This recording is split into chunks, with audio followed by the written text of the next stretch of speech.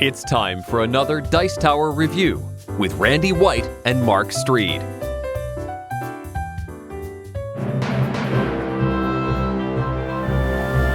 Hello folks, and welcome to Board Game Corner. I'm your host Mark. And I'm Randy, and today we'll be reviewing a fun little game called Walk the Plank from Mayday Games, featuring some of the dumbest pirates you'll likely ever meet. It can be played in about 20 minutes by 3 to 5 players, ages 8 and up. And it was a Kickstarter game in 2013, very successful Kickstarter. And it happens to be the prequel to Get Bit, the award-winning Get Bit, I should say. Shall we check it out? Let's do. Head to the table.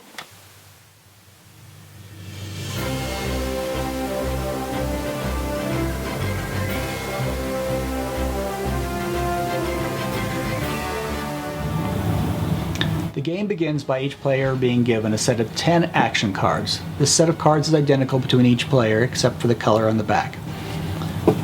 Each player is also given a set of 3 pirate meeples. Arg, matey, why is the rum always gone? These meeples start on the square representing the ship itself. These squares here represent 3 squares in the plank. Now the premise of this game is that the captain is fairly fed up with his set of substandard pirates, and his goal is to let them weed themselves out until there are only 2 left. Now those 2 could be controlled by the same player, they could be controlled by 2 different players, but the game continues until only 2 meeples are left. Now throughout the game, these action cards are used to push, pull, drag, shove players down the plank toward the waiting maw of this hungry sea monster. So these action cards allow you to not only move players down the plank, you'll also be trying to run back from into the plank and to shrink the plank at opportune times and let the other meeples fall into the hungry mouth of the sea monster. Now, the plank itself can be shrunk down to a minimum length of 1 and can be extended to a maximum length of 3. Cards that attempt to extend it beyond that point, beyond 3, are ineffective, or shrink beyond 1 are also ineffective. The way each turn begins, or each round begins, is a player looks through a set of cards and chooses 3 actions he wants to take. He puts them face down in front of him in the order he wants them executed. Once players have all done that, the captain's favor token is given to the player who will begin the round. When all players have played their cards face down, the first player will turn over his first action card. He will execute that action. In this case, it allows me to pull myself and one other player back to the ship. Control passes to the player on my left. That player plays his first action, and play proceeds around the table clockwise until everyone has played their first action. Once it returns to the first player, he plays his second action, and so on and so forth until all players have played their second action. And then the first player plays his third action, all players play their third action in clockwise fashion. Once all the actions have been played, all cards without a skull return the player's pile of action cards. Cards with a skull are very powerful cards and have to sit out for 1 round. So these go over here to the side. The captain's favor token then passes counterclockwise to the player on the right, and that player begins the next round.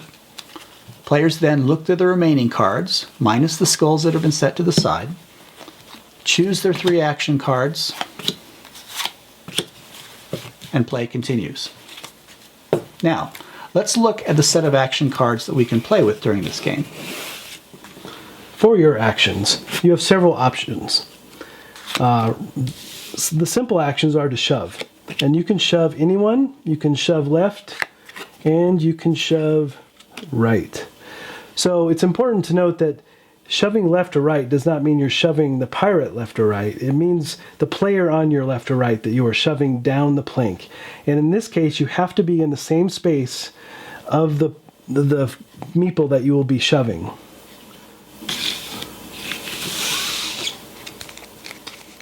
Now we have retract the plank and extend the plank.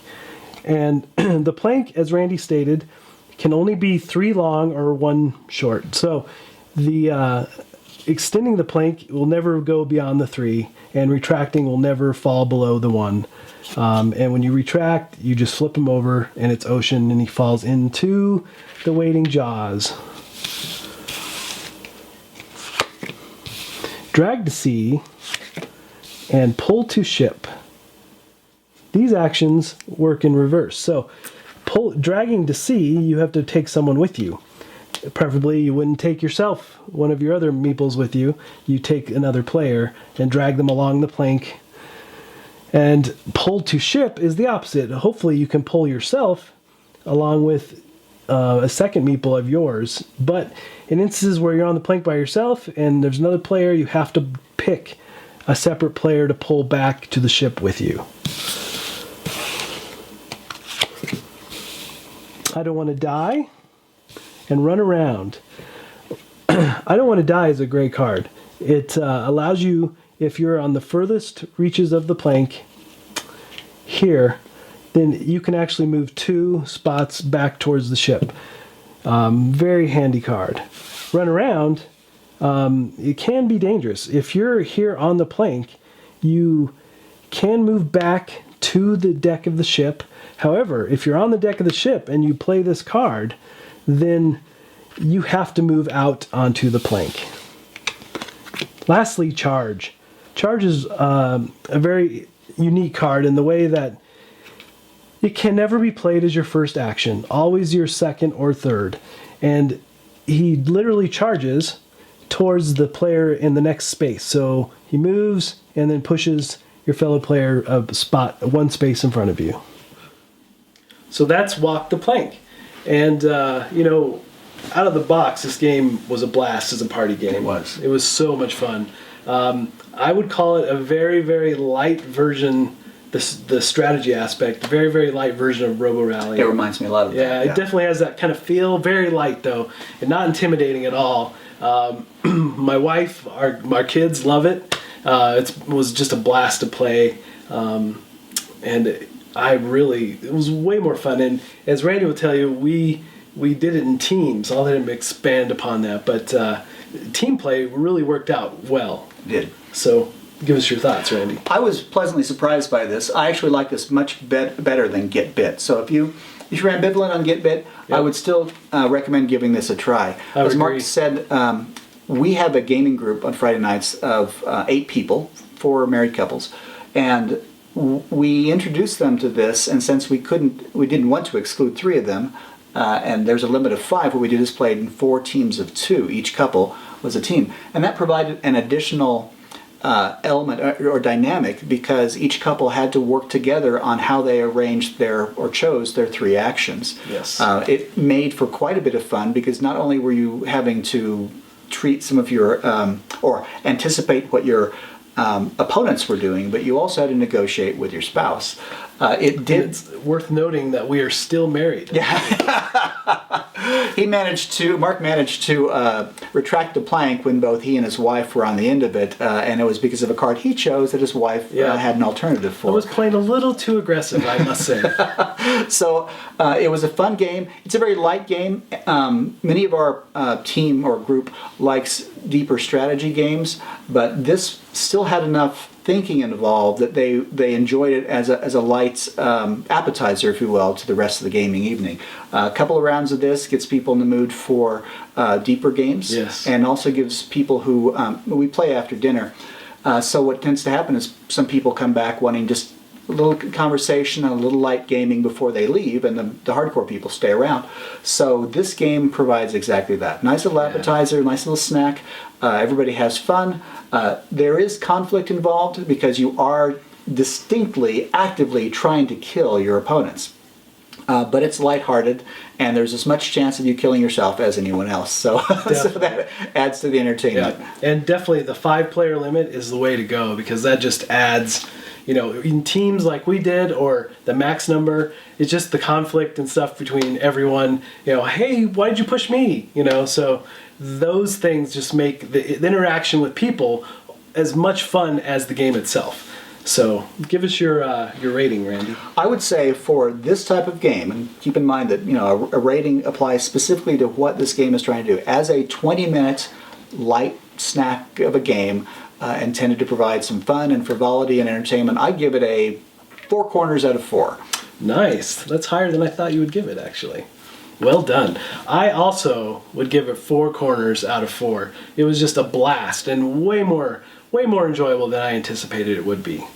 So that's our review this week. Hope you enjoyed it. And we will see you at the table.